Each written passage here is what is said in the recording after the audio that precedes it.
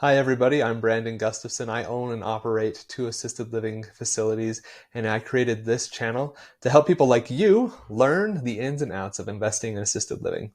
Welcome to Assisted Living Investing. In our last video, we talked about how much should you pay your assisted living facility administrator. And today we're going to get into how much does an assisted living operator make?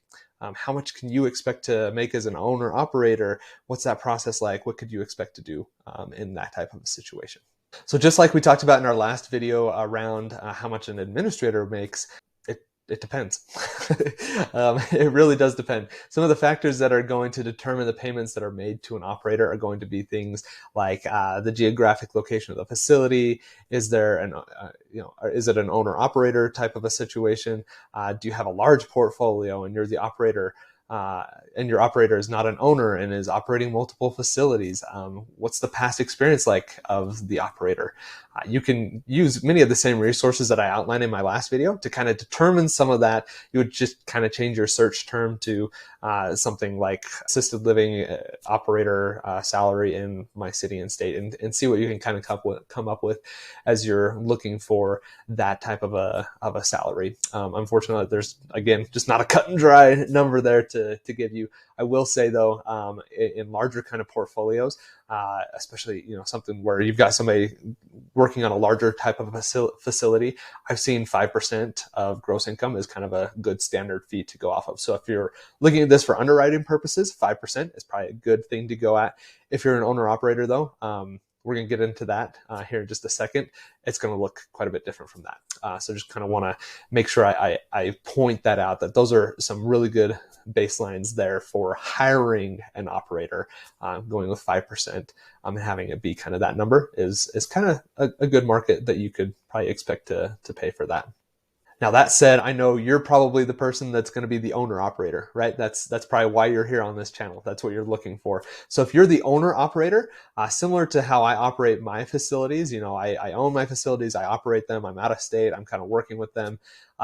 If you're going to be like me, even if you're not out of state and you're there, but you're interacting and you are the operator, quote unquote, you're like me. And so I'm going to share kind of how we do things for ourselves. There's a couple options for how you can pay yourself. And I'll qualify this by just kind of I'll qualify all of this advice just by saying that I'm not an accountant. I'm not a professional. You should probably talk to your CPA for your specific situation. To make sure you're doing something that makes sense for you from a tax perspective, from a salary perspective, that you're not putting yourself in a difficult position. So qualify all of this advice by saying, talk to a professional about the way that you're going to do this. With that said, I'll jump into a few options. So number one would be salary, putting yourself on a salary. You can, if you're making enough money with your portfolio or with your facility, you could put yourself on a salary and actually run this through your payroll, and your title would be operator of the facility or the facilities, is kind of what you do that. So you'd want to make your salary, a reasonably marketable rate for the amount of work that you're doing. Do some research on that to figure out exactly what that's going to look like for you. The next way that you can pay yourself is more of kind of an ownership play, and it would be what you would call like a guaranteed payment for an owner. But you can kind of take that as your operating salary, for lack of a better term. But there are different tax advantages to the ways that you're structuring these payments. So an owner guarantee payment. So guarantee payments, like I mentioned, they're kind of similar to salary. It's going to be a set amount. You're going to get it on a regular cadence, whether it's monthly or quarterly or whatever. But it's coming to you. You know what to expect. So in that sense, it's somewhat similar to a salary. So guarantee payments are set for all owners of the facility. So that's where it is a little bit different from a salary for an operator. So you would say, yep, our number is $1,000, and that goes out to all of the owners, and that's a guarantee payment that now goes out to all of the owners. So you want to kind of take that into consideration. If you've got a partner in there that is more of an equity partner, and that's their role and that's what they do, and they don't do a lot of the operations, you might consider that salary portion, or you would want to look into this a little bit more. But they need to be distributed out to the ownership partners based on the amount of equity that they own in the business. So as an example, let's just assume your facility is cash flowing $1,000 a month. There's two owners. They each have 50% ownership in the business. That guarantee payment would be $500 a month that would go out to them. Let's say that you've got three owners in the business. One of them owns 50%. The other two own 25%. That person that owns 50% is going to get $500 a month in this scenario. The other two are going to get $250 a month. So you just kind of split it out based off of the percentage that they own in the business. And these payments are revisited on a regular basis. So you would put it into your regular ownership meetings and say, yeah, let's review our financials. Are we performing better than we expected? Okay, let's up our guarantee payment by $500 a month or whatever number you want it to be. Or no, we need to cut back on our guarantee payments for this month or for this quarter. We're going to take those back and reduce them by $500 or make those adjustments. And it's done at kind of a board level. And you're making those decisions for the type of payments that are coming out of the facilities. But they are guaranteed payments that come to you as an ownership group.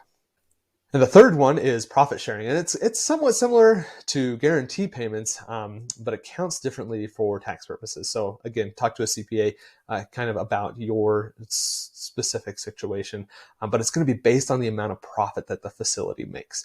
So your profit payments are distributed on a regular basis. Usually it's like quarterly or semi-annually, and then they are just adjusted based off of the amount of profit made by the facility. And typically that's going to be based off of a percentage rather than a set amount. That $1,000 example we just used, it's going to be more of a 1% profit, and then that's distributed out based off of the equity owned by the different people in the ownership group. A great resource for this is actually the book Profit First by Mike Michalowicz.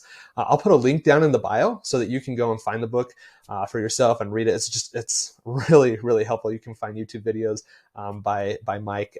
There's podcasts and things like that there. He's just an incredible resource. So I would encourage you to do that. If you do purchase the book using the link down below, I may get a small commission on the purchase. So just want to make sure that you're aware of that. But yeah, highly recommend the book. It's great. I actually have funny enough, I have a copy of it right here. So this is Profit First. It sits on my desk all the time. I refer to it all the time. Highly recommend Profit First, whether you're running your own business or that's assisted living or a separate business. Great methodology for how you want to pay yourself. The last thing I'll point out is to just be prudent and patient with your payment as an owner operator.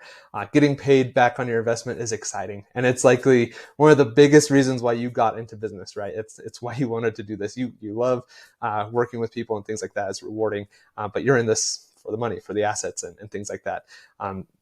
That's why you got into investing, and you just you'll be able to make money over time on your investment at some point, but recognize that it just doesn't happen like that.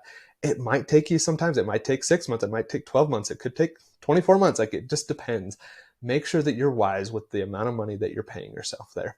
And don't put yourself in a really bad position. We didn't pay ourselves for the first several months. We were actually putting money in to make sure we're making payroll and not having issues with that. And it took continually evaluating the performance, and we still are, to see if we're able to adjust what those payments are going to look like. We pay ourselves through a guarantee payment, and then we'll do profit sharing as well. And so that's kind of how we have structured our payment. At some point in the future, we might adjust that.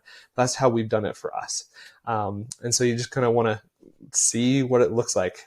Evaluate those numbers on a regular basis and make sure you're comfortable with the amount that you're paying yourself. Otherwise, you're just going to have to put that money back in so you can make payroll or whatever you need to do. So just kind of make sure you're okay with what's going on there. And if you're partnering with other people, you have to make sure that you and all of your partners are all on the same page with how much everybody is making and how those payments are going out, how they're structured. You just want to make sure that everybody's on the same page. There's transparency. You're over communicating. Again, communication is key, so make sure you're doing those things.